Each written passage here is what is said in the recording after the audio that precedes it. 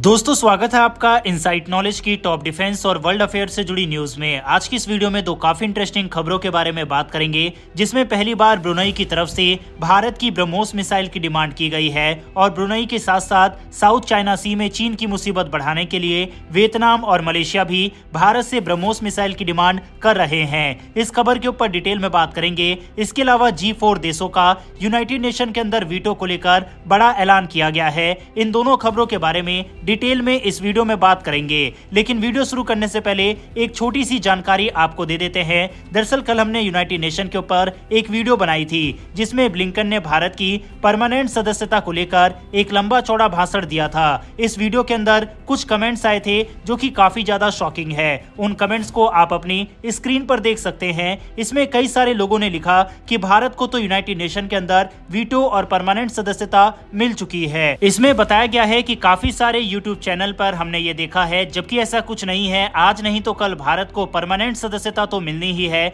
लेकिन अभी भारत को ये सब नहीं मिला है। इस समय यूट्यूब पर काफी सारे फेक चैनल और AI डबिंग चैनल, जो कि कंप्यूटर वॉइस वाले चैनल होते हैं, वो फेक न्यूज कहीं से भी न्यूज उठाकर पब्लिश कर देते हैं। इसीलिए आप जिसकी भी वीडियो देखो, आर्टिकल के साथ रेफरेंस कोई दिखा रहा है तो ही उसे देखो। तो चलिए अब बात करते हैं भारत की ब्रह्मोस की डिमांड किस तरह से इंटरनेशनल लेवल पर बढ़ती जा रही है। सबसे पहले आप रेफरेंस के लिए स्क्रीन पर आर्टिकल देख सकते हैं, जिसमें लिखा हुआ है Vietnam, Malaysia and Brunei shows interest in India BrahMos शोर बेस्ड एंटी शिप मिसाइल। यानी फिलीपींस को ब्रह्मोस मिसाइल की सफल डिलीवरी के बाद अब वियतनाम, मलेशिया और ब्रुनई ने भी इस भारतीय मिसाइल सिस्टम में अपनी रुचि दिखाई है। रिपोर्ट के मुताबिक इन तीनों दक्षिण पूर्व एशियाई देशों ने भारत के साथ कई दौर की बातचीत की है। वहीं समझौता होने की संभावनाएं काफी ज्यादा है। फिलीपींस ब्रह्मोस मिसाइल खरीदने वाला पहला देश बना जिसने इस साल तटीय रक्षा के लिए इस मिसाइल को खरीदा। इस सौदे ने दक्षिण पूर्व एशिया के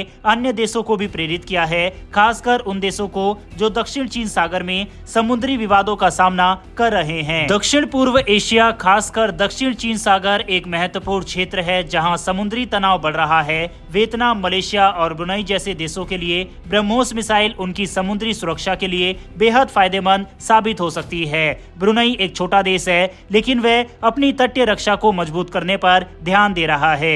ब्रह्मोस मिसाइल उसकी समुद्री सीमाओं की सुरक्षा के लिए बेहद उपयोगी होगी। वहीं वियतनाम का समुद्र तट लंबा है और वह पहले से ही दक्षिण चीन सागर में तनाव का सामना कर रहा है। ब्रह्मोस मिसाइल वियतनाम को अपने समुद्री सुरक्षा को मजबूत करने का एक शक्तिशाली साधन दे सकती है। इसके अलावा मलेशिया भी दक्षिण चीन सागर विवादों में शामिल है और अपनी नौसेना को आधुनिक बनाना चाहता है। ब्रह्मोस मिसाइल मलेशिया को एक प्रभावी रोकथाम प्रणाली प्रदान करेगी, जिससे वह अपनी समुद्री सीमाओं को बेहतर सुरक्षा कर सकेगा।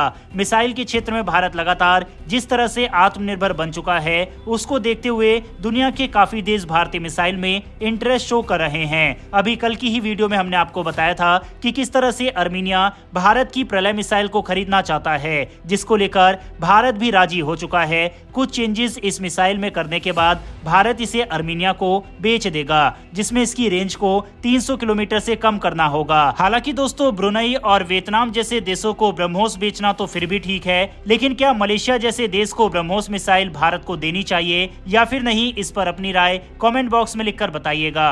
बढ़ते हमारी अगली खबर की तरफ, जो कि यूनाइटेड नेशन से निकलकर सामने आ रही है। इस समय पूरी दुनिया के लीडर अमेरिका के अंदर यूनाइटेड नेशन की मीटिंग को अटेंड कर रहे हैं। भारतीय प्रधानमंत्री पहले ही अपना संबोधन यूनाइटेड नेशन में देकर वापस इंडिया भी आ चुके हैं, लेकिन अभी भी सभी देशों के विदेश मंत्री वगैरह की मीटिंग वहां पर चल रही है। ऐसे में यूनाइटेड नेशन के अंदर चेंज को लेकर बड़े बड़े संगठन की तरफ से भी अब आवाज उठाई जा रही है। पहले ब्रिक्स संगठन की तरफ से यूनाइटेड नेशन में चेंज को लेकर बात कही गई थी, वहीं अब G4 देशों ने भी यूनाइटेड नेशन के अंदर वीटो सहित चेंजेस की मांग की है। अब वीटो सहित इसलिए क्योंकि कई देशों की तरफ से ये कहा गया है कि हम परमानेंट सीट की संख्या को बढ़ाने के तो पक्ष में है, लेकिन वीटो पावर देने के पक्ष में नहीं है, जिसमें अमेरिका भी शामिल है। यही कारण है कि G4 देशों ने वीटो सहित यूनाइटेड नेशन के अंदर चेंज की बात कही है। भारत लगातार यूनाइटेड नेशन के अंदर चेंज की मांग कर रहा है और अब दुनिया के बड़े बड़े संगठनों से भी भारत को समर्थन मिलना शुरू हो चुका है।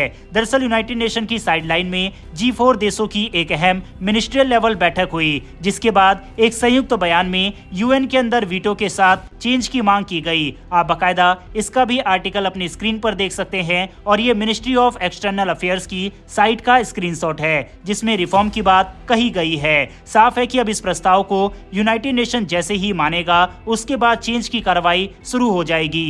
वहीं यूनाइटेड नेशन के अंदर एक और काफी इंटरेस्टिंग खबर कल ही निकलकर सामने आई, जिसमें तुर्की की तरफ से यूनाइटेड नेशन के अंदर अर्दोगन की तरफ से जो स्पीच दी गई उसमें कश्मीर का मुद्दा नहीं उठाया गया, जिसमें गाजा, इजराइल, फिलिस्तीन की बात करी गई, लेकिन कश्मीर का मुद्दा अर्दोगन ने इस बार यूनाइटेड नेशन के अंदर नहीं उठाया। इसके बाद काफी ज्यादा आलोचना उनकी पाकिस्तान की तरफ से की जा रही है।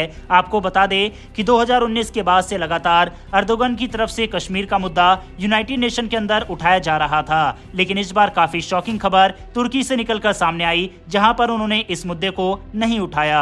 हालांकि इसके पीछे कारण यह बताया जा रहा है कि तुर्की को ब्रिक्स में शामिल होना है, जिसके लिए भारत की मंजूरी की जरूरत पड़ेगी। यही कारण है कि उसने कश्मीर का मुद्दा इस बार यूनाइटेड नेशन के अंदर नहीं उठाया।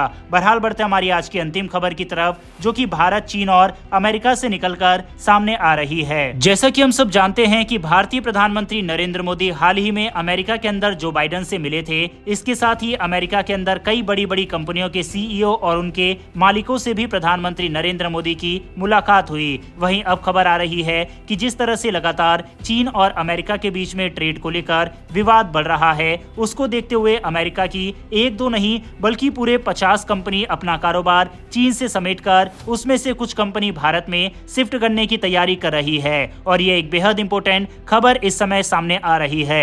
हालांकि ताजा खबर के अनुसार इनमें से 30% कंपनियां अपनी मैन्युफैक्चरिंग यूनिट लगाने और भारत में कारोबार करने के लिए भारत में शिफ्ट हो सकती है, जिसमें से 12 कंपनियों ने तो अपना पूरा प्लांट भी भारत के अंदर लगाने की तैयारी शुरू कर दी है। वहीं इसके बाद हो सकता है कि अन्य कंपनियां भी भारत के अंदर अपने प्लांट को लगाएं। आपको बता दें कि इन 12 कंपनियों में जो भारत में अपने प्लांट को लगाने की तैयारी कर रहे हैं, इनका कुल निवेश 12 लाख करोड़ रुपए से भी ज्यादा का है।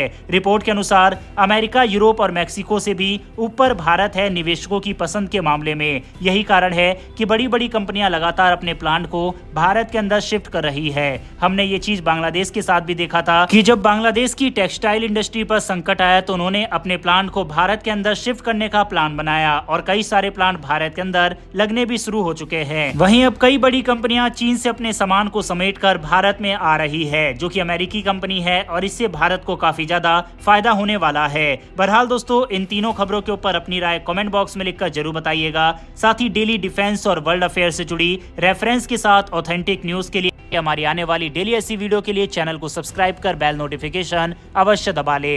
फिर मिलेंगे ऐसी एक नई वीडियो के साथ। धन्यवाद। जय हिंद।